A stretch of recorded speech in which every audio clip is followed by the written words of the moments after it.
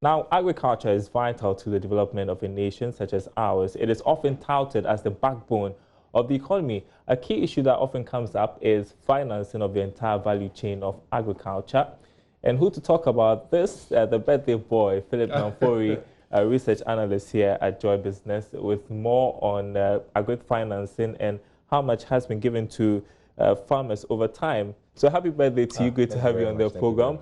Where's the cake?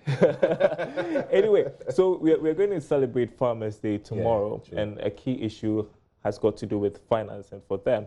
And so you've been tracing how much farmers have been given so far.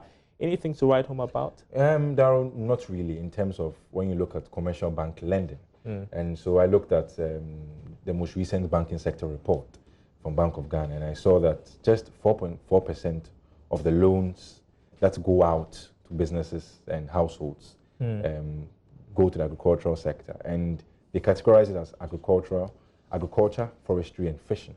And if you translate that 4.4% out of the total loans that went out for the period under review, it was about 38 billion loans. So when you strike the 4.4% out of the 38, that's 1.7 billion just to the agricultural sector. So I went on to look at the non-performing loans within the agricultural sector, and I saw that about 32.7% of the loans given to the agricultural, forestry, and fishing sector were impaired, as in they had gone bad or they were going bad, or showing signs of deterioration. People are not paying back. So I started thinking, and last year, around this time or so, there was a similar debate we had here about agricultural financing. And it seems last year the figure was 3.9% of the total gross loans. At that time, gross loans was about 36%. So if you strike the number, it's about 1.4 billion. So in terms of numbers, it's gone up. But it's just the growth of the loan books. It's not really fresh and new loans going out to the agricultural sector, because from 3.9% out of total loans last year and 4.4%, you can see it's barely moved in terms of percentage points. So the agricultural financing issue is critical. People are left alone to do their own types of financing. Either they bootstrap, that is looking for your own funds, or you go to some angel investor or something. Government has brought in measures. I'm sure you heard of the Ghana Incentive-Based Risk Sharing System for Agricultural Lending. Right. One more.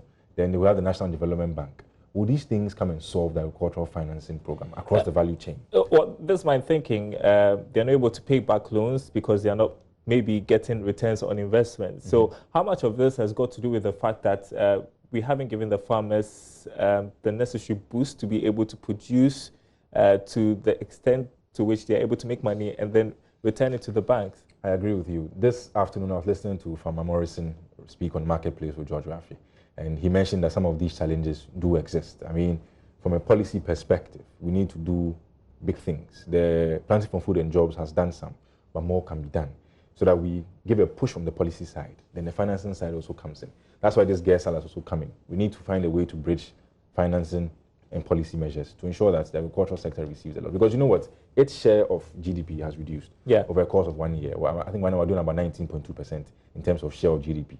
And you know, services is continually growing, but nobody eats services. Nobody eats banking, nobody eats insurance. That's true.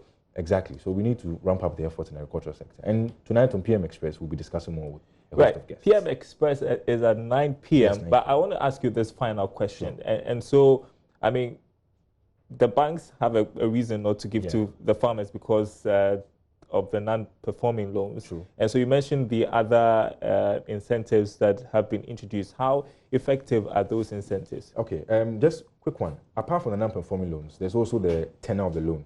The banks in Ghana have a short-term deposit profile. So to take loans and lend, to take deposits short-term, lend long-term, there'll be a mismatch. So they must ensure that things are done. Agriculture, you can't just give. I remember from Morrison saying again this afternoon that you can't give a loan and expect that in the next 3 months he pays you back. That's why most of the loans are going to the commerce and finance sectors, because it's a quick turnaround. Back to the other question. How should I put it? The efforts that are being done. We've had these efforts round and round. ADB is one example of an effort targeted agricultural sector. Look at how they channeled into retailing.